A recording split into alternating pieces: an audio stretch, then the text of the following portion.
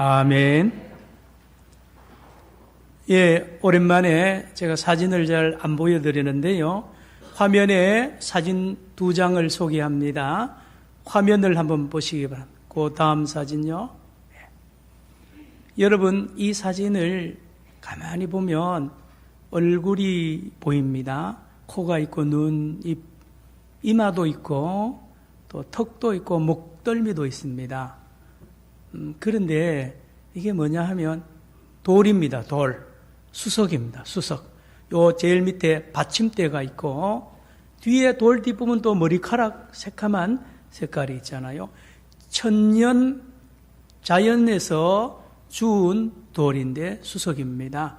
중국에서 전시회에 나온 이 수석인데 이 수석이 시가로 얼마냐 하면 190억 원입니다.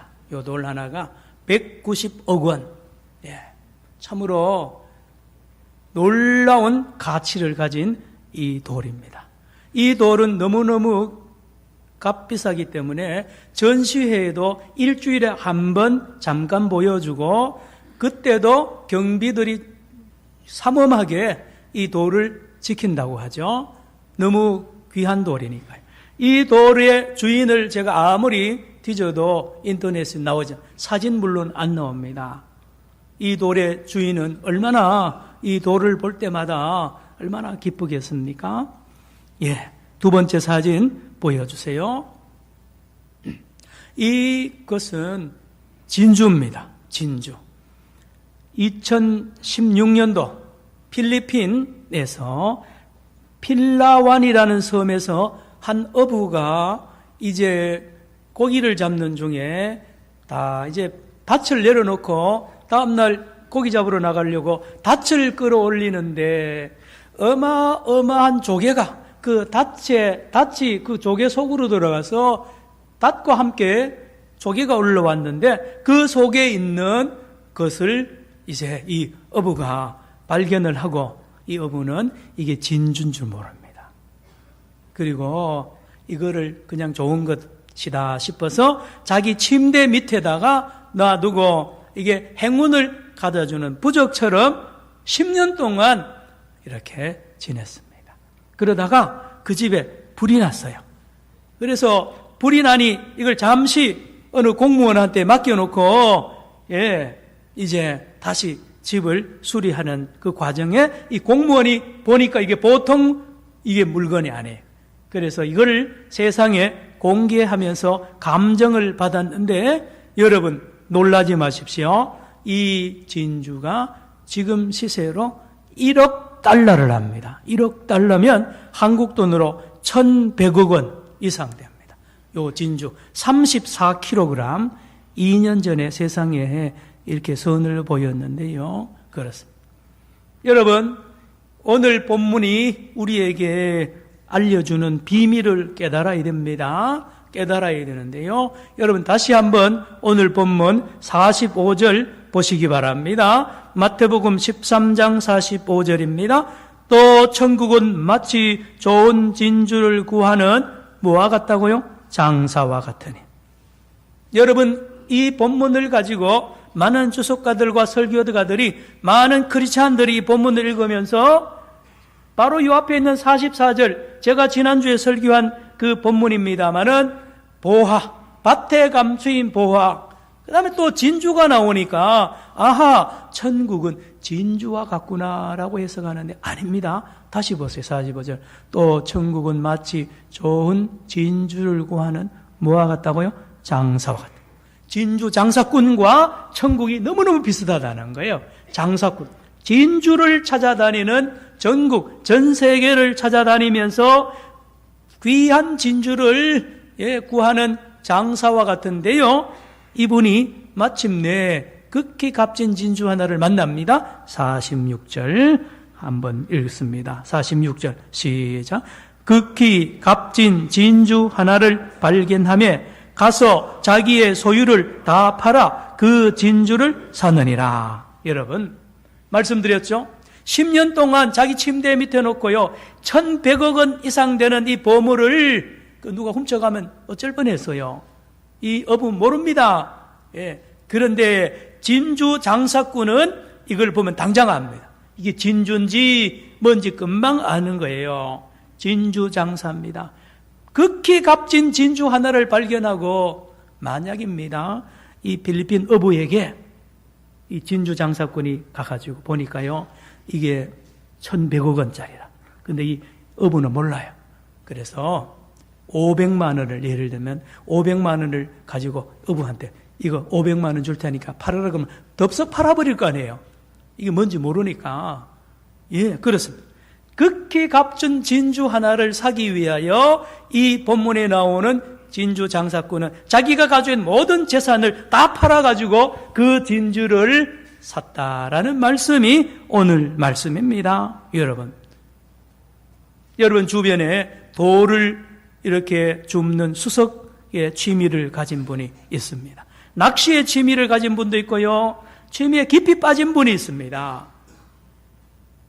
수석하는데 빠진 사람은요, 밤낮 돌만 보는 거예요. 주말만 되면 동호회 모임에서 버스 맞춰서요, 전국 돌아다닙니다. 냇가를 다 뒤져가지고 돌을 가져오는데요. 홀이고 방안이고 전부 돌입니다. 전부 돌이에요. 그걸 늘 쳐다봅니다. 밤에도 한번 쳐다보고요. 그런데 그 중에 진짜 귀한 거는 거기 안 내놓습니다. 제일 비싼 거는 자기 안방에 금고속이나 자기만 아는 은밀한 곳에 감춰놓고 하루에 몇 번씩 보면서 막 기뻐하는 거예요. 여러분, 이 돌을 수집하는 사람들이 그런 거예요. 이거를 보는 부인 말입니다. 그 사람의 부인은 속이 터집니다. 밤낮 자기는 안 보고 누구만 봐요? 돌만 쳐다봐요. 그래서 어느 날 여보 당신이 돌을 택하든지 누구를 택하든지 나를 택하든지 여러분 모르시는 것처럼 가만히 계시는데 여러분 여자로서는 속 터지는 거예요. 이게 뭐 돈을 벌러 오는 것도 아니고 맨날 돌만 주워가지고 온 돌이고 마음이 돌에만 가 있으니 어떻게 이 부인이 속이 안 터지겠어요? 그런데 말입니다. 이 돌을 수집하는 사람, 진주를 수집하는 사람의 이 기쁨이 아무도 이해하지 못하는 그런 기쁨이 있는 걸 아십니까? 여러분. 그래서 오늘 본문을 여러분 오해하지 마시기 바랍니다. 천국은 진주와 같은 게 아니고 진주를 구하는 장사꾼과 같다는 거예요. 그러면 목사님, 여기 본문의 진주 장사꾼은 누굽니까? 바로 예수님을 말합니다. 예수님은 진주 장사꾼인데 극히 값진 진주를 찾아다니는 예수님이라는 거예요. 여러분, 사복음서 가만히 보면요, 예수님의 이 행동을 보면 가는 곳마다 예수님 말하는 거나 대화하는 걸 보면요, 진주 장사꾼하고 똑같습니다. 어디를 가든지 진주가 있는지 쳐다봅니다. 그리고 진주를 발견하면 그 진주를 당신의 이 품에 품으려고 얼마나 애쓰고 능력을 행하는지 모릅니다. 예수님은 진주 장사꾼이라는 것을 예수님이 말하는 거죠. 그런데 이 오늘 읽은 마태복음 13장 45절 46절은 성경 66권을 요약한 거예요. 이 두 구절이지만 성경 전체를 요약한 겁니다. 요한복음 3장 16절만큼이나 성경을 잘 요약한 거예요. 그렇습니다. 진주 장사꾼 되는 예수님이 이 땅에 오셔서 이 땅에 진주를 찾아서 진주를 구원하기 위하여, 죄인들을 구원하기 위하여 오신 것입니다. 여러분, 진주는 바로 죄인을 말합니다. 죄인 한 사람 한 사람이 진주예요. 그래서 예수님은 죄인을 찾아다닙니다. 찾아서 그를 구원하고요, 그를 건지고 구원하기 위하여 자기 소유를 다 팔았다 그러지 않습니까? 여러분, 예수님이 이 땅에 오셔서 자기 명예를 팝니다. 신권을 팔아요. 이 땅에 와서서 하나님으로 강력하게 신권을 행하는 것이 아닙니다. 하나님됨을 포기하고 다 내려놓습니다. 명예를 다 내려놓습니다. 다 영광을 다 내려놓고 다 팔아서 그 사람을, 죄인을 구원하시는 예수님의 모습, 그리고 그 죄인이 구원받는 걸 보고요, 얼마나 기뻐하시는 예수님의 모습이 마태, 마가, 누가, 요한복음에 꽉 들어차 있습니다. 예수님은 진주 장사꾼입니다. 그렇죠?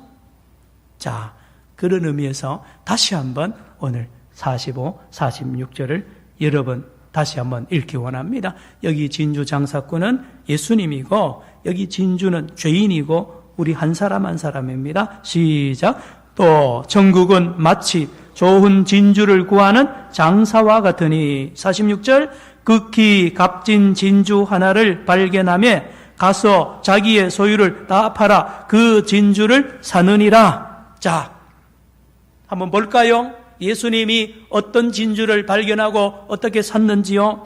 자, 사마리아에 갑니다. 사마리아 동네에 가는데요, 거기 이스라엘 유대인들은 사마리아로 안 지나갑니다. 더러운 땅이라 그래서 안 갑니다. 그런데 예수님은 가요.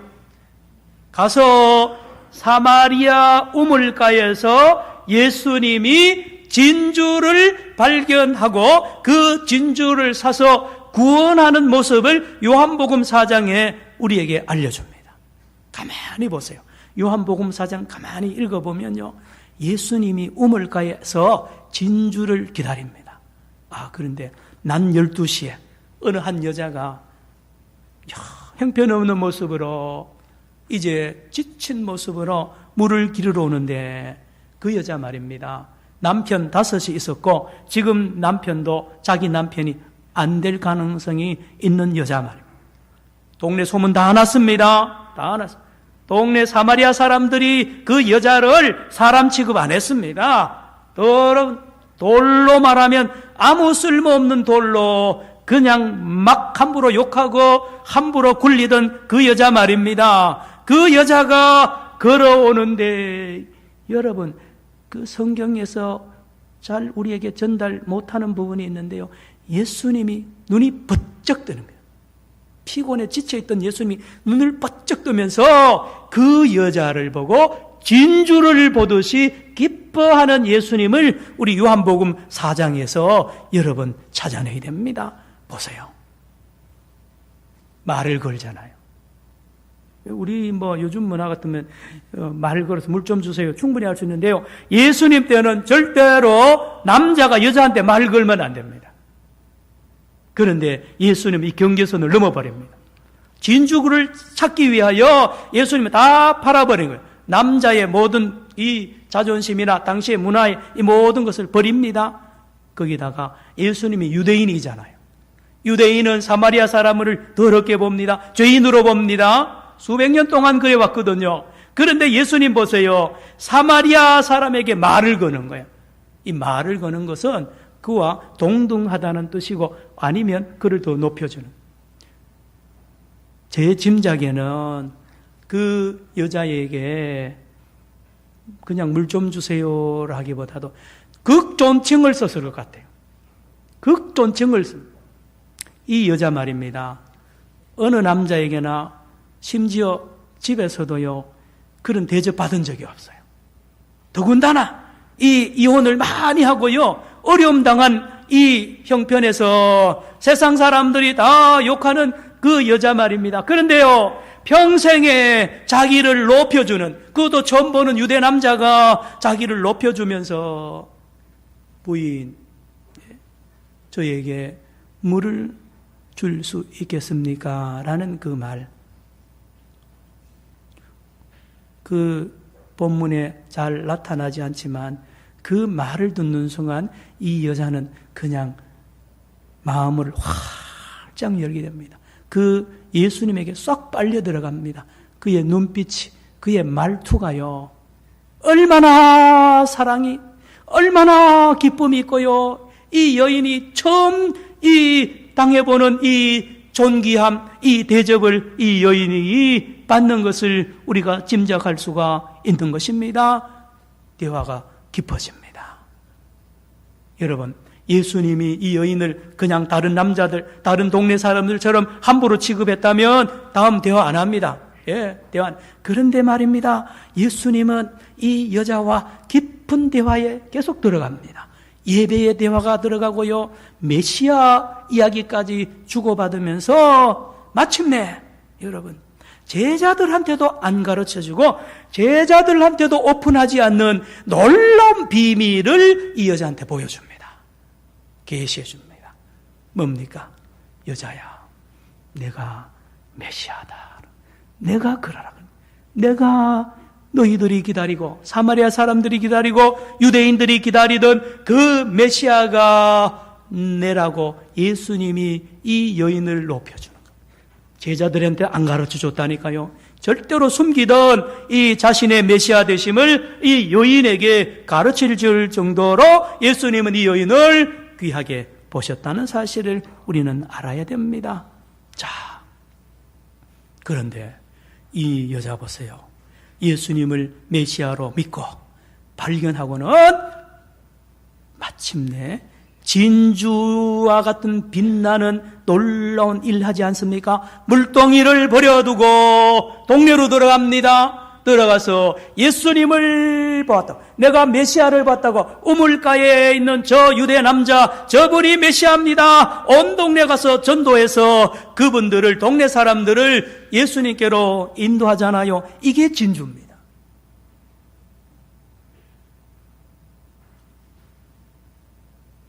메시아 여러분 사마리아 사람들 중에요 어느 누구도 이 여자가 진주라고 본 적도 없고요. 예수님 그래서 예수님을 못 만났던 거예요. 그렇습니다. 여러분 1876년 10월 18일에 미국과 소련 사이에 놀라운 계약을 맺습니다. 그때 미국 대통령이 앤드류 존슨 대통령인데요. 소련의 지도자들과 정부 많은 사람, 국민들 전체가요, 저 알래스카라는 땅이요, 쓸모없는 땅이라 그랬어요. 얼음 덩어리야. 동토의 땅. 그런데요, 이날 말입니다. 1876년에 720만 불에 이 알래스카를 팔아버립니다. 알래스카가 귀한 줄 몰랐던 거예요. 그러나 이 미국 대통령과 국민들 중에 많은 지도자들은 저게 진주인 것을 알고 그 땅을 사서 오늘 얼마나 귀하게 여러분 알래스카가 중요해진 것을 이제야 알고 소련 사람들, 지금 러시아 사람들이 가슴을 치지 않습니까? 사랑하는 성도 여러분, 예수님입니다. 예수님은 진주장사예요. 진주장사. 그래서 극히 값진 진주, 사람이 못 보는 진주를 예수님은 봅니다. 죄인들을 봅니다. 가서 그와 함께하고 그를 구원해 주고요. 그가 변화되는 걸 보고 즐거워하는 예수님. 자, 말씀드렸죠? 우물가에 앉았을 때 예수님이 피곤, 녹초가 되었다 그랬습니다. 그런데 제자들이 도시락을 사러 시내 갔다 온 사이에 제자들이 보니까요, 자기들이 도시락 사러 갈 때만 해도 예수님이 파김치가 되었는데 돌아와 보니까 예수님이 힘이 나 있어요. 신이 나 있어요. 막 눈이 반짝반짝거리면서요, 힘에 막 몸에도 힘이 있고. 그래 제자들이 깜짝 놀란, 아이고 누가 우리 선생님한테 먹을 걸 갖다 줬냐라고 물을 정도로 예수님 배가 불러 있었어요. 그런데 예수님이 깜짝 놀랄 말하잖아요. 얘들아, 나는 이미 점심 먹었다는 거예요. 나는 배가 부르다는, 도대체 무슨 점심을 먹었습니까? 라고 물을 때에 예수님이 요한복음 4장 34절에 너희가 알지 못하는 양식이 있다 그랬어요. 너희가 알지 못하는 양식을 내가 먹었는데 그 알지 못하는 양식이 뭔지 아냐고. 그것은 하나님의 뜻을 행하며 하나님의 일을 온전히 이루는 이것이라고 예수님이 말했는데 이게 뭘까요? 진주 찾은 겁니다. 지금 내가 너희들이 간 사이에 극히 값진 진주를 찾았기 때문에 내가 이미 힘이 나고 너무너무 기쁘다는 것을 주님이 오늘 말하고 있습니다. 우리는 다시 여리고로 갑니다. 늘 말씀드립니다. 여리고 시내에 많은 사람들이 있었는데 말입니다. 삭개오가 진주인 줄 아무도 몰라봅니다. 삭개오를 귀하게 보는 사람 하나도 없습니다. 그런데 예수님이 여리고성에 들어갈 때에 보세요. 예수님은 여리고 사람 안 봅니다. 정확하게 돌 무화과 나무 잎에 가려지는 그 속에 숨어있는 삭개오를 정확하게 찾아내면서 삭개오야라고 이름을 부르면서 그와 함께 그의 집에 유하로 들어간 예수님. 누굽니까? 진주 장사꾼입니다. 그의 눈에, 예수님의 눈에 진정한 진주 보화 삭개오를 발견한 겁니다. 아무도 보지 못한 그 진주를 예수님이 보고 그를 얼마나 기뻐하는지, 너무너무 기뻐하는 거예요. 여러분, 1,000억 원짜리 진주를 발견한 사람이 진주 장사꾼이라면 얼마나 기쁘겠어요. 예수님 모습이 또 그렇다니까요. 사람들이 이해가 안 되는 거예요. 오히려 삭개오를 저주하고 심판하고 욕해야 되는데 예수님은 반대라는 거예요. 반대요. 춤을 추는 거예요. 춤을 추면서 삭개오, 아이고 목사님, 그러면 삭개오 집에 가서 예수님 뭐 했습니까? 뭐 했을 것 같습니까? 성경에는 없어요.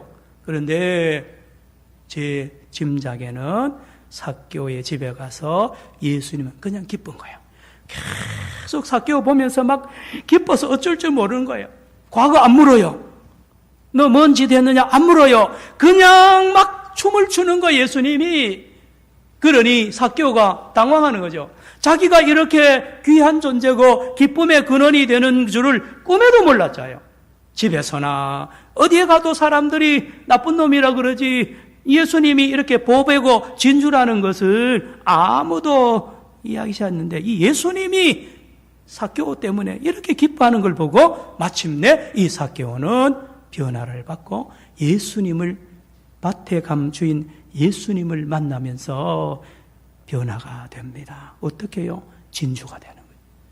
자기가 자기 안에 진주가 있는 것, 자기가 진주인 것을 예수님이 와서 그 묻은 진주를 다, 흙들을 다 제거하고요. 보니까 극히 값진 진주입니다. 어떻게 되었는데요? 말씀을 잘 알잖아요. 예수님이 앞에 어떻게 합니까? 삭개오가 재산을 다 팔아서 반을 가난한 사람에게 주겠으며 포탈한 것은 4배나 갚겠다라고 말한 것, 이게 진주입니다. 여러분, 여리고 시내 모든 사람들 중에 어느 누구도 이런 사람 없습니다. 이런 보화가 없어요. 여리고의 최고의 보화로 하나님이, 예수님이 삭개오를 살려내는 모습 보세요. 예수님 장사꾼이라니까요.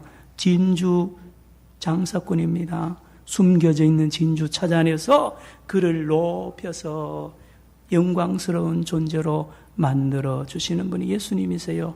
여러분, 구약이나 신약이나 하나님, 예수님, 성령님은 보는 눈이 우리하고 다릅니다. 사람이 보는 눈과 하나님이 보는 눈 다릅니다. 예수님이 보는 눈과 세상 사람들이 보는 눈이 다르다니까요. 어떻게요? 여러분, 사람은 옛날이나 지금이나 외모를 봅니다. 외모.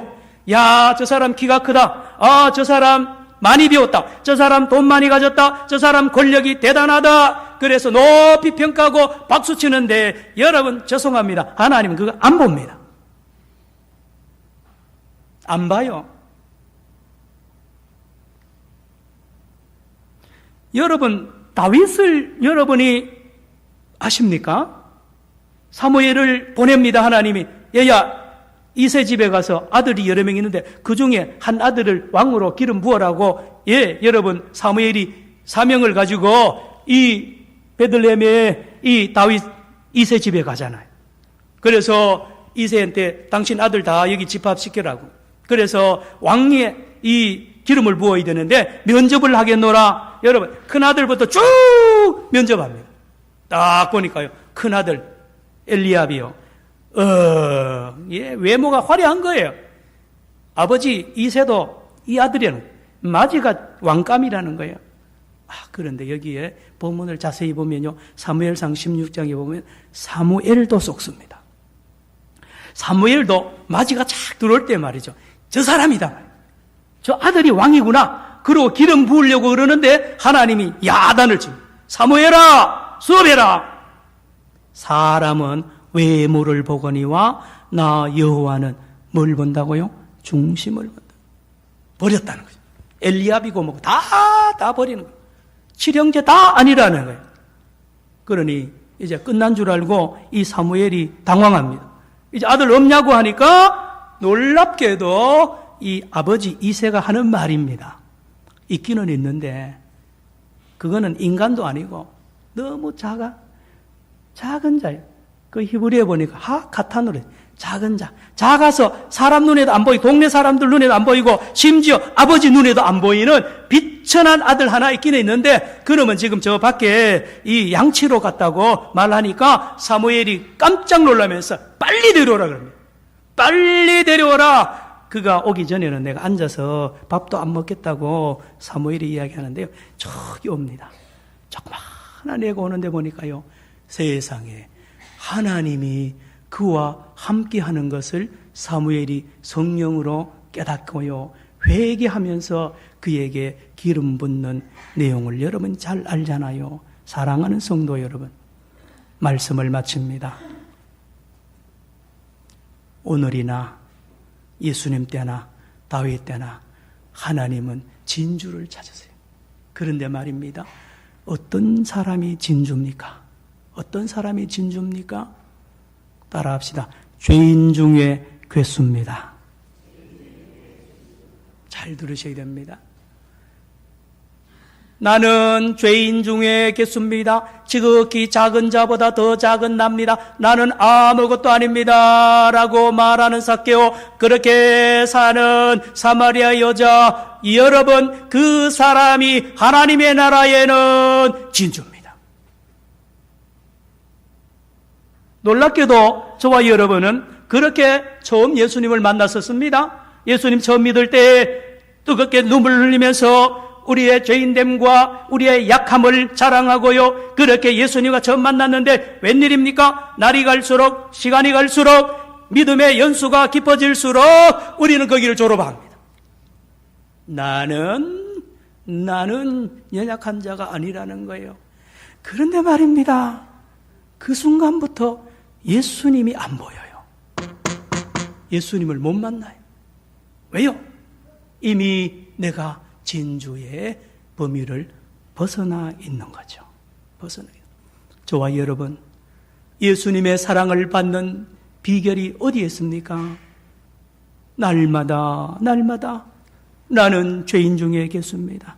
나는 연약한 자입니다. 주님이 나와 함께하지 않으면 단 1초도 나는 숨을 쉴 수 없는 존재입니다. 나는 한 걸음도 걸을 수 없는, 나는 한 숟가락의 밥도 먹을 수 없는 존재입니다. 나는 가루입니다. 나는 아무것도 아닙니다라고 고백하는 사람 말입니다. 그 사람이 주님의 눈에 극히 값진 진주인 줄로 믿으시기 바랍니다. 그렇습니다.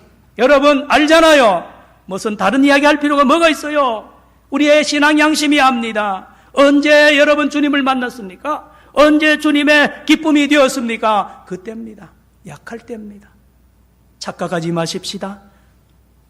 오늘 추수감사주일인데요, 여러분, 여기에 있는 이 과일 말입니다. 이 과일 그냥 온 줄 아세요? 더위를 다 겪었습니다. 태풍을 다 겪었고요, 나비와 벌들의 이 고난의 열매이고요, 고통의 열매입니다.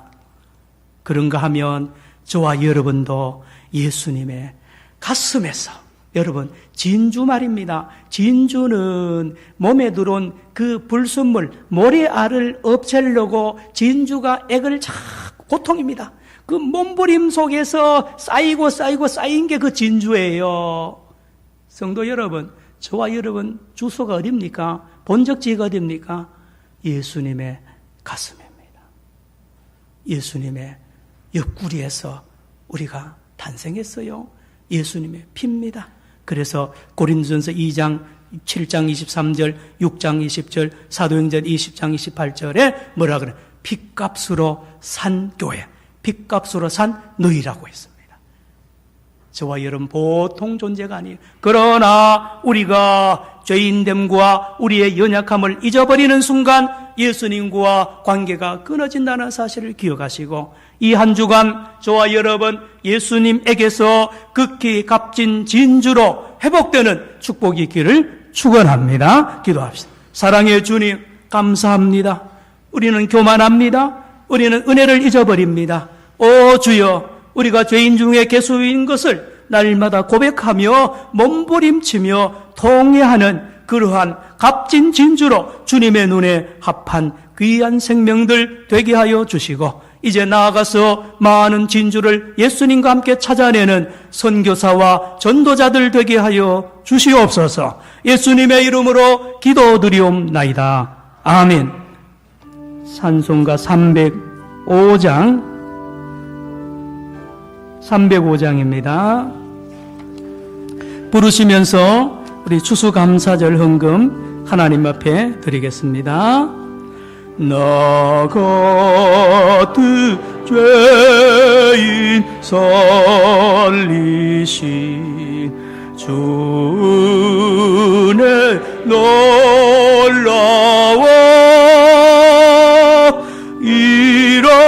잃었던 생명 찾았고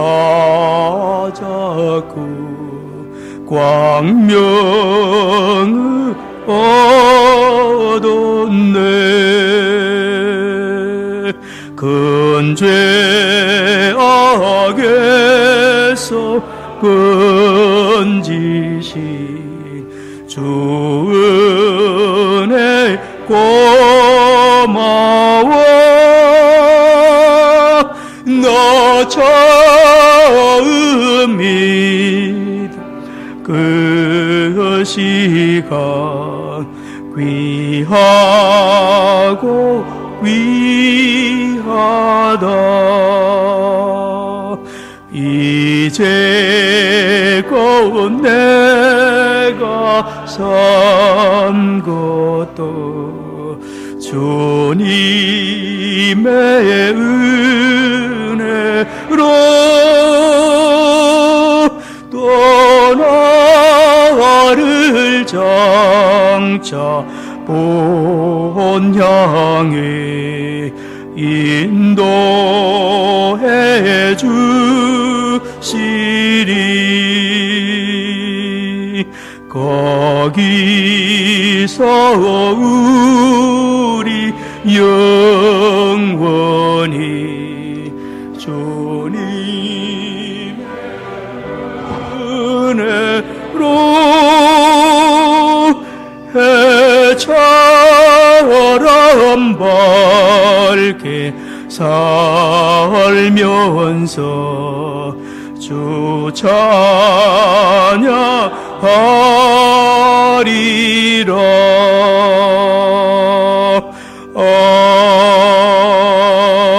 아멘. 자리에서 일어나겠습니다. 헌금송 드립니다.